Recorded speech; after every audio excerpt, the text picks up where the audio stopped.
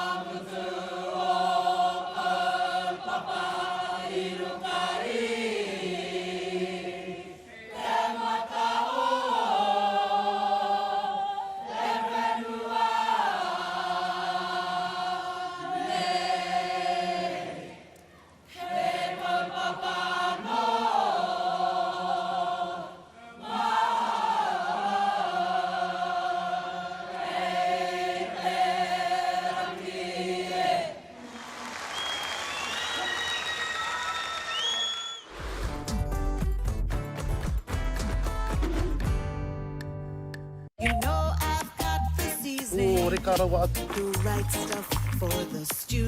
Buon appetito. Come on over and do some home cooking for you. Home cooking. He kinaki pai. Home cooking for you. Quite a mouthful. Mauri kai, mauri ora. Join Pete Pearty Serve our beautiful dish nice and hot. with Kai Time on the Road tonight at 7:30. Te wānanga o Raukawa, e wānanga Māori, mo te iwi katoa. Neke atu I te whātakau nā kaupapa kai te ākona. Mai te paitahi, ki te pairua. Kei kiti atu ngā tangata e mauna tō rātou taunga, me ahau hoki, o e tēnā, pai. Ako nā e nei, I te marae, me te wānanga. Ko te menui ko tēnei tohu, kei whakahoki ai tōku marae, ki te ako tonu e ngā kaikaranga maha haka o te mutu. Kauhia ngā mātauranga o te wānanga o Raukawa, kia tūtangata ai koe ki te ao. Oe hia mai, ko re warurau, wānanga. Tirohia rānei te ipurangi, wānanga ira.com.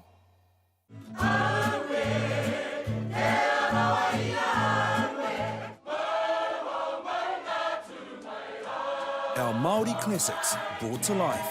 Iwi Anthems tonight at 8 on Māori Television.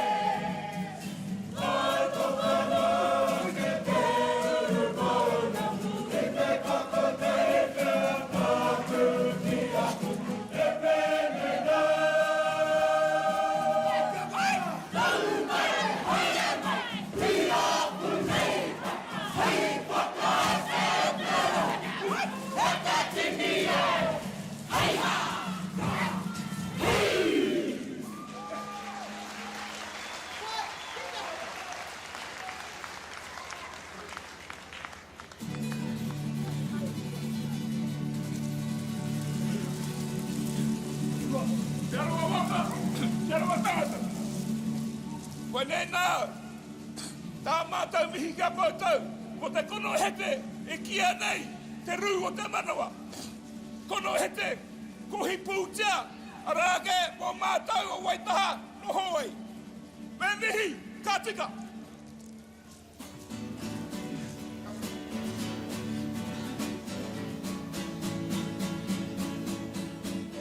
Hey!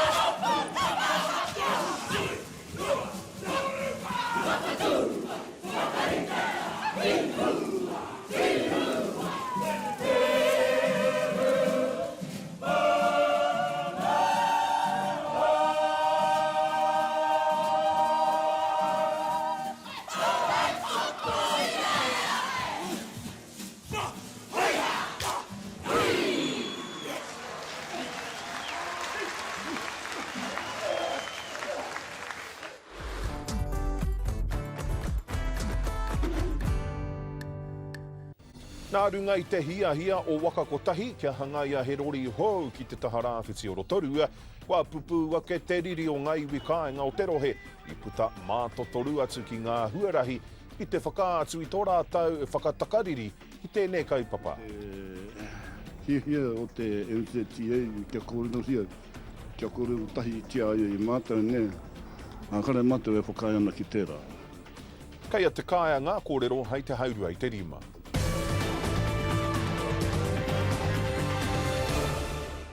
Kia ora, my name is Christian Huriwai. I'm the two-time street unicycling world champion and community youth champion for Te Hauora o Kaikohe. Mostly my job revolves around going into local schools and teaching kids how to unicycle. It's mainly just about setting goals and reaching them, just teaching them how to have fun, keep them active and just trying to be a positive role model, you know, try to teach them about doing something different. I see a lot of people my age drinking excessively. I just think, you know, there's a lot of other things you can do with your time rather than just wasting your time and your money. There's a lot more wholesalers than there needs to be. Basically see one around every corner. You go around town and people in the parks are drinking, there's kids at the skate parks drinking. So yeah, it's definitely a very hard thing to avoid. The main benefits of drinking responsibly, you know, you can remember a whole lot more of your night. You know, you're not always making such a dick of yourself. I don't dislike people who are drinking alcohol. I just think some people need to take a step back, really think about what they're doing instead of letting the drink take control of them. Stay in control, tai hoa on the Inu Waipiro. Going on a secret mission, find enemy lines. Enter a world of mystery. I wonder what's behind it. A world of enchantment. Maybe we'll find a Sanga's ship. Come on, I can see light. And chaos. When 5 children meet an unexpected friend. I am a sand fairy. I will grant you your wish. Is that it? Yeah, good, eh? 5 Children and It's Saturday at 7:30.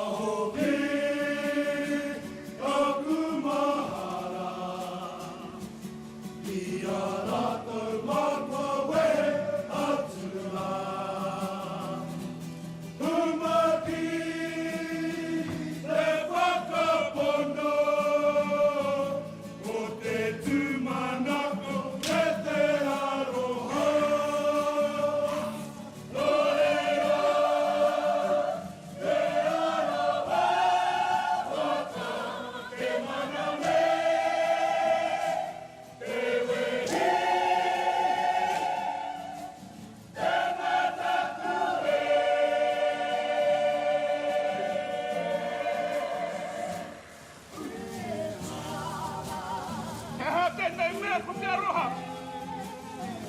Ko tātou pare. He kokonga. He te kitea. He hara. Te kokonga te mātou. Nā kētai mātou. Koe kei. Te mihi raha. Ka koutou. Ka tātou katoa tēnei rā. Ke nā koutou. Ke nā koutou. Te aroa. Ke nā tātou.